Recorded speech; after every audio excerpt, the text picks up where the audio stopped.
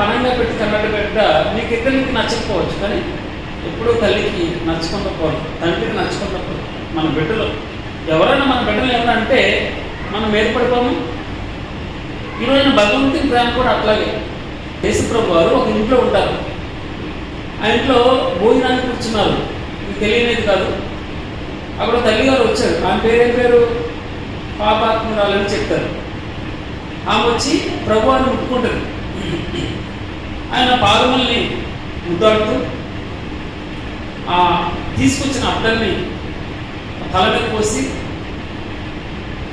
కాళ్ళను కడుగుతూ కన్నీటితో ఆ వెంట్రుకలతో ప్రభువారి యొక్క పాదాలను కడుగుతూ ఉంటుంది. చూసిన వారు అంతా అన్నారు, ఈ అద్దరు ఎందుకు వేసాడు, ఎందుకు పాడు చేయాలి, అద్దరు అన్ని బేదలకు ఇవ్వచ్చు కదా. బేదల మీద ప్రేమ కాదు, ఆ సంచిలోని దొంగిలిస్తూ వచ్చాడు, దాని మీద ప్రేమ.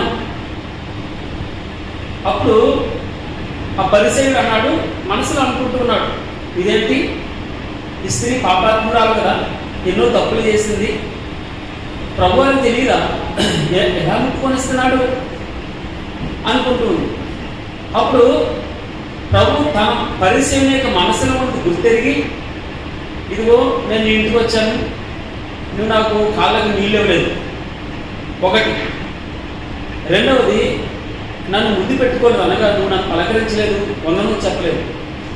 మూడవది, నా తల మీద నూనె పోయలేదు, నూనె రాయలేదు, నా తలకి నూనె రాయలేదు నువ్వు అనగా నన్ను పరామర్శించలేదు, సరిగా నన్ను పలకరించలేదు, పట్టించుకోలేదు నువ్వు.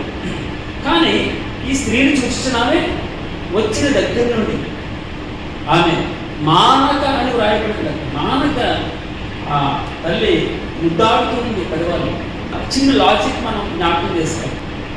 ఎవరి రుణములు ఎక్కువగా క్షమింపబడతాయో వారు మాత్రమే కృతజ్ఞతలై ఉంటారు. ఎవరైతే పాపములు ఎక్కువగా క్షమింపబడ్డాయి, సామెతలు 28వ అధ్యాయం 13వ వచనంలో ఏమనుంది? అతిక్రమములను దాచిపెట్టువాడు వర్ధిల్లడు, అతిక్రమములను దాచిపెట్టువాడు వర్ధిల్లడు, వాటిని ఒప్పుకొని విడిచిపెట్టువాడు కనికరము పొందను. ఎవరి దగ్గర ఒప్పుకోవాలి?